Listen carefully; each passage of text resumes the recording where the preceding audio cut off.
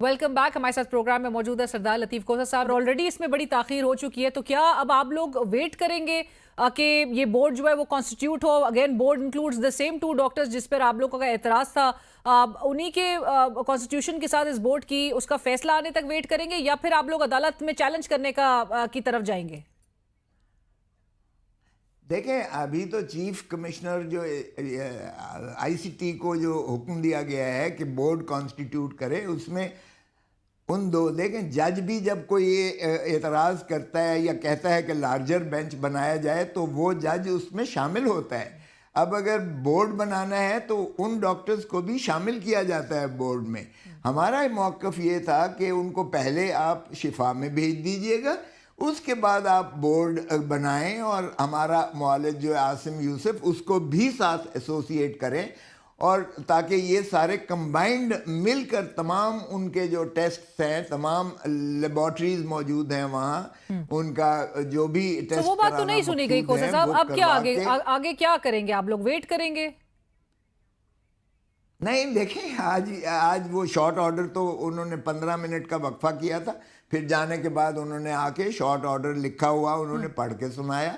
तो वो आज ही मेरे ख्याल में अटॉर्नी जनरल और प्रोसिक्यूटर जनरल या एडवोकेट जनरल जो जिसके भी ज़िम्मे लगता है, वो मेरे ख्याल में उन्होंने कम्युनिकेट कर दिया होगा। आज बोर्ड बन जाएगा। आपको खोसा साहब, इन शॉर्ट, आपको इस सरकारी मेडिकल बोर्ड से कोई उम्मीद है, या आपके ख्याल में ये बोर्ड भी वही कुछ फैसला करेगा जो हुकूमत कहेगी?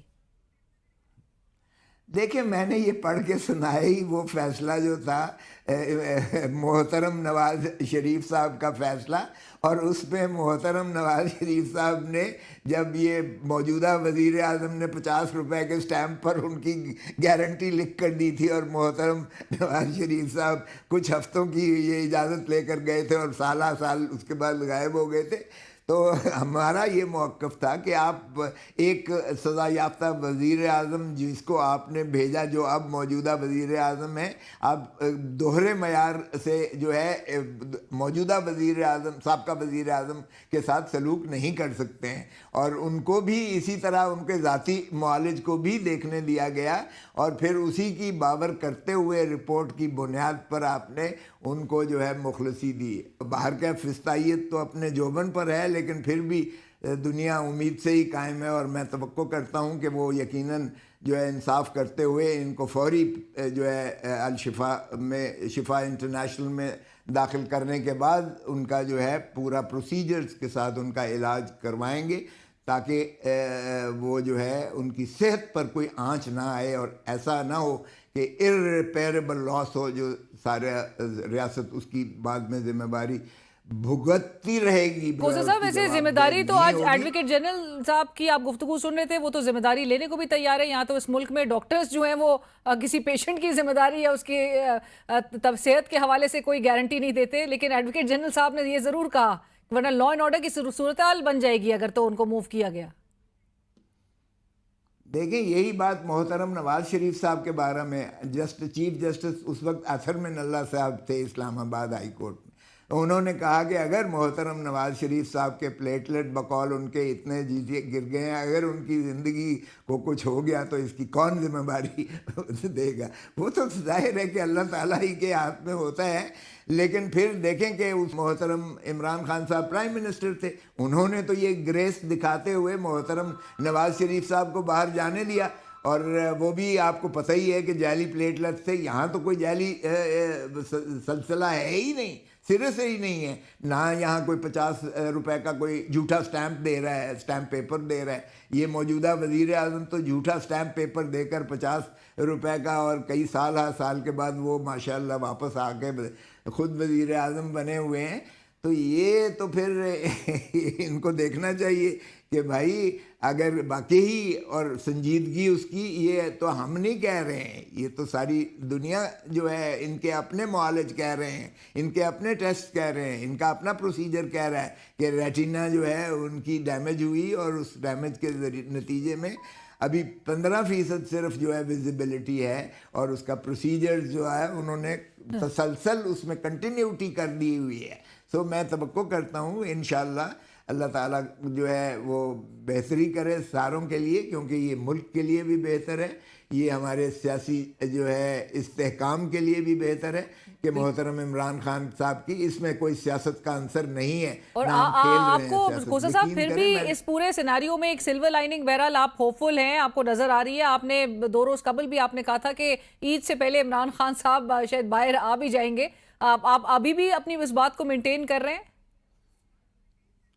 دیکھیں میں اس لیے مینٹین کر رہا ہوں کہ میرے ذمہ جتنے کیسز ہیں، اس کیس میں بھی جس میں آج یہ آرڈر ہوا ہے، اس کیس میں بھی میں ان کی ضمانت کروا چکا ہوں. اس کیس میں وہ ان کی سزا جو ہے وہ سسپینڈ ہو کر وہ مچل کے داخل کیے اور اس میں ضمانت پر ہیں. تو ایک ہی کیس تھا جس کو توشہ خانہ جو القادر ٹرسٹ کا یا 190 ملین کا پاؤنڈ کا جو کل لگا ہوا تھا، اس میں بھی اگر وہ سماعت ہو جاتی تو وہ ضمانت ان کی ہو جانی تھی اور باہر آ جاتے. میں آج بھی قائم ہوں، جس دن وہ کیس کی سماعت ہوئی انشاءاللہ عمران خان جو ہے باہر آ جائیں گے. رائٹ. پر کوسا صاحب please allow me to ask you کہ آپ پر تنقید بھی، مطلب باوجود اس کے کہ پورے پاکستان کو پتہ ہے آپ کی ایکسپرٹیز کا، اس میں کوئی شک نہیں ہے، آپ کا ایک امپیکیبل ایک آپ کی پروفائل رہی ہے ہمیشہ سے، لیکن جو تنقید کی جا رہی ہے پرسوں کے حوالے سے کہ جی لوگوں کی جانب سے کہا گیا اور آپ کی پارٹی کے اندر کے لوگوں کی جانب سے یہ بات کہی گئی کہ